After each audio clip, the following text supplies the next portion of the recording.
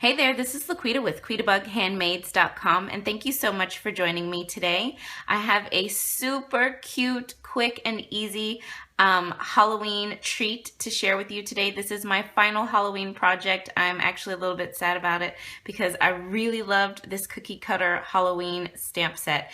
I've enjoyed using this set. I'll definitely be hanging on to this one to use in the future. I love this stamp set. So we're using this stamp set today, and then we're using a sentiment from the Spooky Fun stamp set. Again, I love this one, and if you took my September Club Quita Bug, if you were a member, this is the stamp set that we used, and we had a great time with it.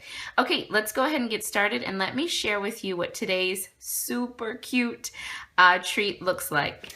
Okay, so I'm just gonna bring in the whole bucket.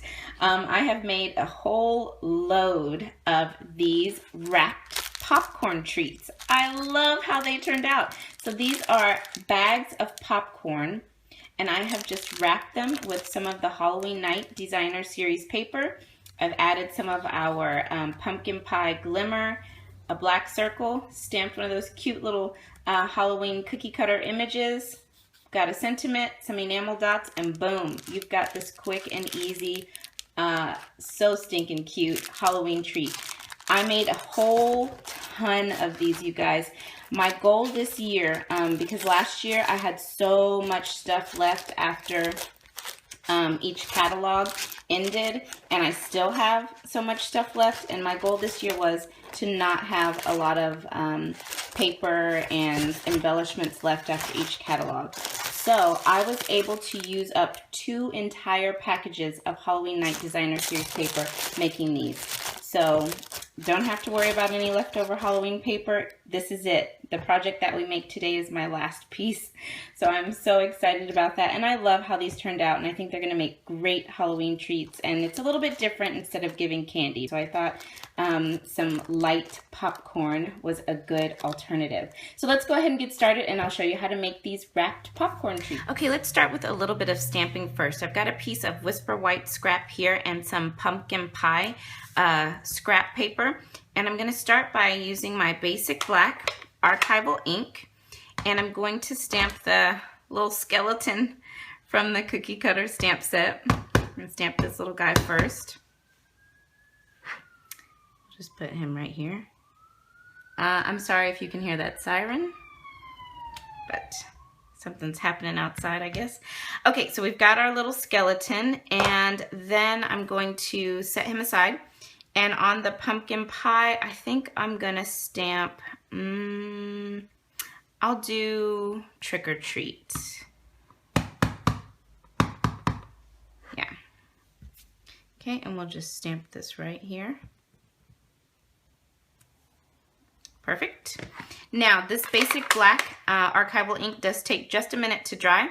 So we are going to set these 2 aside to dry, and we'll do a little big shot work. All right, so I've got my big shot, and I'm going to start by bringing in my magnetic platform. Then I've got a cutting pad on top, and I've got a piece of basic black cardstock, and then I've also got a scrap piece of pumpkin pie glimmer paper. And I'm going to lay both of these down, and we're going to be cutting using the layering circle framelits. These are in our current annual catalog. I'm using this largest scallop circle for my glimmer, and then I'm using this circle for my basic black, and I think this is actually a 2-inch circle perhaps, so we'll just put that right there. Add another cutting plate, and we will crank this through the big shot.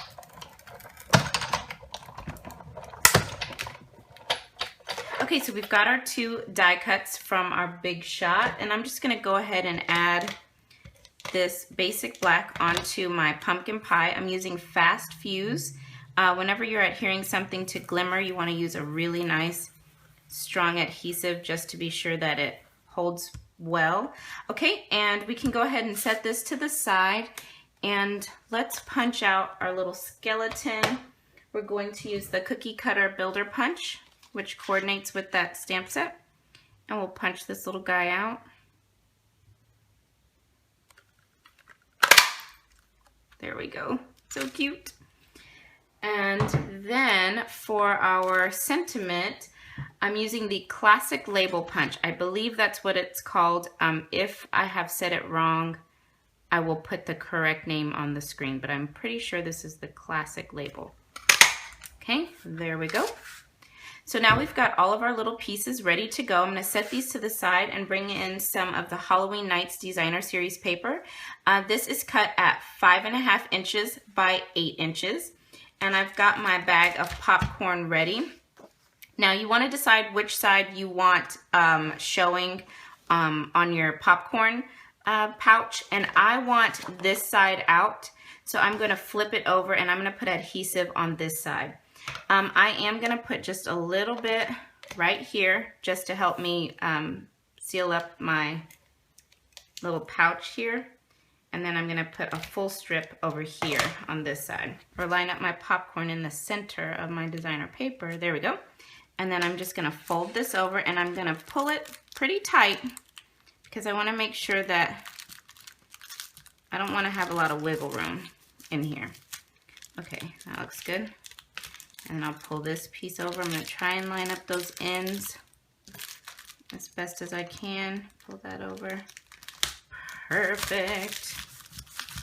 There we go. And then you flip it over and look how cute.